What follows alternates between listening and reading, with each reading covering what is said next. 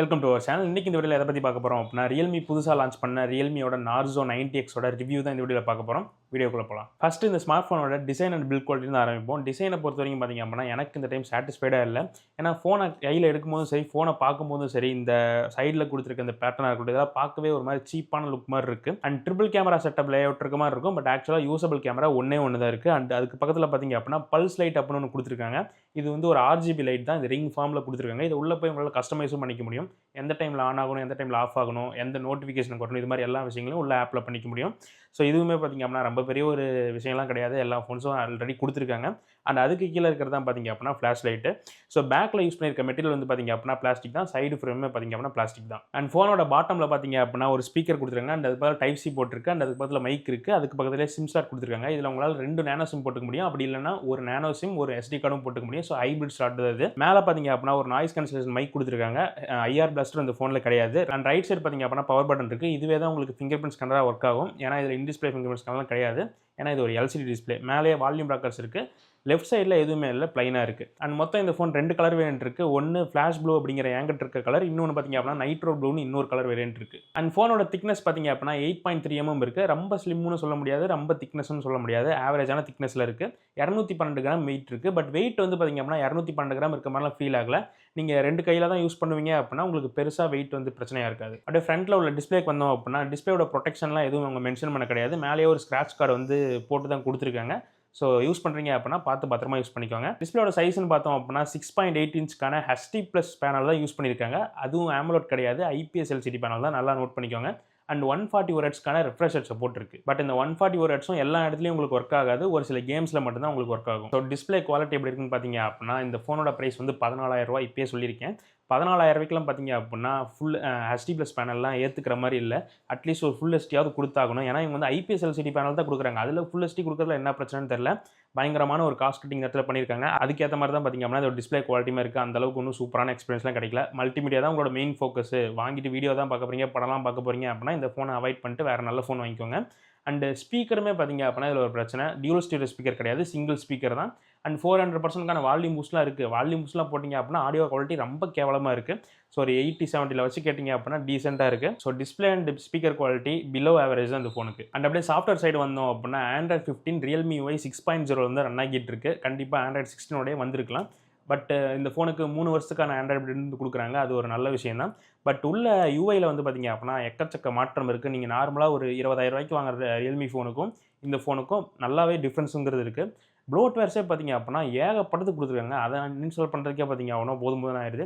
ஏன்னா மற்ற ஒரு 20,000 ஃபோனில் பார்த்திங்க அப்படின்னா மினிமலாக தான் இருக்கும். ஈஸியாக இன்ஸ்டால் பண்ணிட்டு போயிடலாம். இதில் எக்கச்சக்கமாக இருக்குது. அண்ட் ஃபோல்டராக பிரித்து போட்டு நிறையா வச்சுருக்கானுங்க. அண்ட் இந்த கிளான்ஸ் இன்டர்ஃபேஸ் இது எல்லாமே ஆஃப் பண்ணியே இருந்தாலுமே திடீர்னு அது எப்படியாவது ட்ரிகர் ஆகிறது. ஸோ அதெல்லாம் பார்த்திங்க அப்படின்னா இந்த ஃபோனில் மைண்டில் வச்சுக்கணும். அண்ட் இந்த ஃபோனில் அனிமேஷன்ஸையுமே கட் பண்ணி விட்ருக்காங்க. யூஸ் பண்ணுறதுக்கே செம்ம கேவலமாக இருக்குது எக்ஸ்பீரியன்ஸு. ஸோ நான் வந்து ரியல்மி ஃபோனில் எப்பயுமே யூசர் எக்ஸ்பீரியன்ஸ் நல்லா இருக்குன்னு தான் சொல்லுவேன். பட் இந்த ஃபோனில் ஸ்பெசிஃபிக்காக எனக்கு யூசர் எக்ஸ்பீரியன்ஸ் அந்தளவுக்கு ஸ்மூத்தாக இல்லை. அண்ட் அனிமேஷன் கட் பண்ணதுக்குமே ஒரு காரணம் இருக்குது. அது ப்ராசஸர் செக்மெண்ட்டில் வந்து பேசுவோம். அண்ட் இன்னொரு கேவலமான விஷயத்தையும் பார்த்து வச்சுருக்காங்க. அதையும் நம்ம ப்ராசஸர் முடிச்சதுக்கப்புறம் பேசுவோம். அண்ட் டோட்டலாகவே பார்த்திங்க அப்படின்னா இந்த iOS இன்ஸ்பயர்டு தீம் மாதிரி இருக்குது. எனக்கு அது பர்சனலாக சுத்தமாக பிடிக்கல.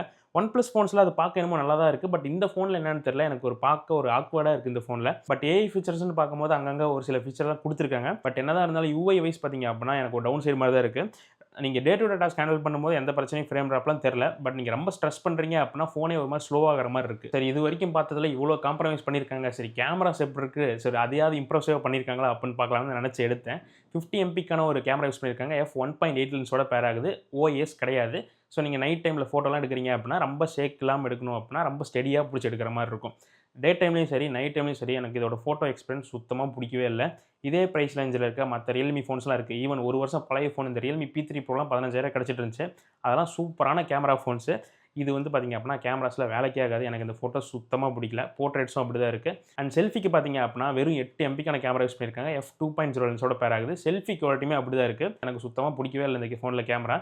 சாம்பிள்ஸ்லாம் அட்டாச் பண்ணுறேன், நீங்களே பாருங்கள் எப்படி இருக்குன்ட்டு. அப்படியே வீடியோ சைடு வந்தோம் அப்படின்னா 1080p 30fps தான் போத் ஃப்ரண்ட் அண்ட் பேக்கில் வந்து எடுக்க முடியும். வீடியோ குவாலிட்டியும் போடுறேன், ரொம்ப சுமாராக தான் இருக்குது. நீங்கள் கேமரா எதிர்பார்த்து இந்த ஃபோன் இந்த 50 MP நல்லாயிருக்கும்னு நினச்சலாம் வாங்கிடாதீங்க. கண்டிப்பாக டிசப்பாயிண்ட் ஆயிருவீங்க. இந்த வீடியோ பார்த்தீங்க அப்படின்னா 1080p 30 எஃப்எஸில் எடுத்துகிட்டு இருக்கேன். வீடியோ குவாலிட்டி ரொம்ப சுமாராக தான் இருக்குது. ஸோ ஆப்வியஸ்லி 1080p 30 எஃப்எஸ் அப்படி தான் இருக்கும். ஸோ இந்த ப்ரைஸுக்கு குறை சொல்ல முடியாது. சும்மா ஒரு வீடியோ எடுக்கணும் அப்படின்னா எடுத்து வச்சுக்கலாம். ஆடியோ குவாலிட்டி எப்படி இருக்குன்னு பாருங்கள். நாய்ஸ்லாம் சுற்றி இருந்துட்டு தான் இருக்குது. ஸோ இந்த வீடியோ பார்த்தீங்க அப்படின்னா ரியர் கேமராவில் 1080p 30 அதே 1080p 30 தான். இதில் உங்களால் 10x வரைக்கும் ஜூம் போக முடியுது. ஸோ இதில் டைனாமிக் ரேஞ்செலாம் எப்படி இருக்குன்னு பாருங்கள். ஸோ இப்போ அப்படியே என் சைடு திருப்பியிருக்கேன். நான் பேசுகிறதுக்கு கரெக்டாக பிக்கப் ஆகுதா அதெல்லாம் பாருங்கள். அடுத்து மெயின் மேட்டருக்கு வருவோம். ப்ராசஸர் மீடியாடெக்கோட டிமென்சிட்டி 6300 வந்து யூஸ் பண்ணியிருக்காங்க. எனக்கு இந்த ப்ராசஸர் சுத்தமாக பிடிக்காது. எந்த ஃபோனில் போட்டிருந்தாலுமே பார்த்தீங்க அப்படின்னா எனக்கு அந்த ஃபோன் யூஸ் பண்ணவே பிடிக்காது. என்னன்னு தெரியல, அந்த ப்ராசஸர் எனக்கு ஆப்டிமைஸ் பண்ணுறது அப்படி இருக்கா, இல்லை இந்த ப்ராசஸரே அப்படி இருக்கான்ட்டு இந்த ஃபோனை வாங்கிட்டு கேம் விளாட்லாம் நினச்சி கூட பார்க்காதீங்க. பப்ஜியில் ரொம்ப லோ செட்டிங்ஸில் போட்டு தான் விளாண்டேன். அதுக்கே பார்த்தீங்க அப்படின்னா பயங்கரமான ஃப்ரேம் ட்ராப்லாம் தெரியுது. சும்மா குட்டியான கேம்ஸ் இந்த கிளாஸ் ஆஃப் கிளான்ஸ் இது மாதிரி விளாட்றீங்கன்னா ஓகேவாக இருக்கும். பப்ஜிலாம் விளாடுவேன், ஃப்ரீ ஃபயர்லாம் விளாடுவேன் அப்படின்னா கூட இந்த ஃபோன் பக்கம் போயிடாதீங்க. அண்ட் பெஞ்ச்மார்க் ரிசல்ட்லாம் கேட்பீங்க. இந்த ஃபோனுக்கு பெஞ்ச்மார்க் ரிசல்ட்டே தேவை கிடையாது. ஒரு 5 லட்சம் பக்கமாக ஸ்கோர் வருது. ஸ்டெபிலிட்டி ஸ்கோர் அதெல்லாம் நல்லா தான் இருக்குது. பட் ப்ராசஸர் வந்து அந்தளவுக்கு ஒரு கேப்பபிளாக இல்லாத ப்ராசஸர். அண்ட் இது கூடவே ஸ்டோரேஜ் டைப்புக்கு பார்த்தீங்க அப்படின்னா 6GB 128GB அண்ட் 8 அப்படின்னு 2 வேரியன்ட் இருக்குது. 8 256 கொடுக்கலாம். 8 128 தான் கொடுத்து வச்சிருக்கானுங்க.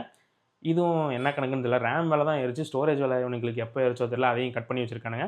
சரி ஸ்டோரேஜ் டைப்பை பார்த்தோம் அப்படின்னா சரி UFS 2.2 கொடுத்துருப்பாங்க அப்படின்னு நினச்சி ஸ்பெக் ஷீட் எடுத்து பார்த்தா eMMC ஸ்டோரேஜ் வந்து யூஸ் பண்ணியிருக்கானுங்க. ஸோ அங்கங்கே லேகிங்காக இருக்குன்னு சொன்னோம் இல்லையா, அதுக்கு காரணம் இந்த ஸ்டோரேஜ் டைப் தான். அடுத்து இந்த ஃபோனில் உருப்படியாக இருக்க ஒரே ஒரு விஷயம் அப்படின்னா இதோட பேட்டரி தான். 7000 mAhக்கான பேட்டரி யூஸ் பண்ணியிருக்காங்க. 60 வாட்ஸ்க்கான ஃபாஸ்ட் சார்ஜ் சப்போர்ட்டுமே இருக்குது. பட் பாக்ஸில் ரியல்மி ரொம்ப பெருந்தன்மையாக 80 வாட்ஸ்க்கான சார்ஜரே கொடுத்துருக்காங்க. ஸோ நீங்கள் வேறு ஏதாவது ரியல்மி ஃபோன்ஸ் வச்சிருந்தீங்க அப்படின்னா அதை யூஸ் பண்ணி சார்ஜ் பண்ணிக்கலாம். 0 to 100 ஃபுல் சார்ஜ் பண்ணுறதுக்கு 1 மணி நேரம் 30 நிமிஷம் கரெக்டாக எடுத்துக்கிச்சு. ஸோ ஒன்ஸ் சார்ஜ் பண்ணிட்டீங்க அப்படின்னா நீங்கள் ஒரு நாளில் இந்த ஃபோனோட பேட்டரி முடிக்கவே முடியாது. அந்த அளவுக்கு சூப்பரான எக்ஸ்பீரியன்ஸ் வந்து கிடைக்குது. நீங்கள் ரொம்ப கேஷுவலாக யூஸ் பண்ணுறீங்க அப்படின்னா 2 நாளைக்கு தாராளமாக பேட்டரி லைஃப் வரும். 2வது நாள் போய் சார்ஜ் போட்டிங்கன்னா போதும். சரி இது எல்லாத்தையும் குறைச்சிருக்காங்க. இந்த ஐபி ரேட்டிங்காவது எப்பயும் கொடுப்பானுங்க. ஏதான் எப்பயுமே ரியல்மி வந்து எல்லாத்தையும் குறைச்சிட்டு இந்த ஐபி ரேட்டிங் மிலிட்ரி சர்டிஃபிகேஷன்லாம் கொடுப்பானுங்க. சரி இந்த ஃபோனில் ஏதாவது பண்ணியிருக்காங்கன்னு பார்த்தா அங்கேயும் இல்லை. IP65க்கான ரேட்டிங் தான் இருக்குது. 5 இந்த ப்ளூடூத் வெர்ஷன் 5.3 இது மாதிரி ஃபீச்சர்ஸ் உங்களுக்கு கிடைக்குது. NFC-லாம் கிடையாது. IR பஸ்டர் கூட உங்களுக்கு இந்த ஃபோனில் கிடையாது. ஸோ ப்ரைஸிங் நான் ஆல்ரெடி சொல்லியிருப்பேன். 14,000 லான்ச் பண்ணியிருந்தாங்க. ஸ்டார்டிங் டே 1 அன்னைக்கு 1000 கூப்பன் இருந்துச்சு. அன்னைக்கு வாங்கினீங்க அப்படின்னா 13,000 கிடைக்கும். பட் இப்போ நான் போய் பார்த்தேன், கூப்பன்லாம் எதுவும் கிடையாது. 14,000 செல் பண்ணிருக்காங்க.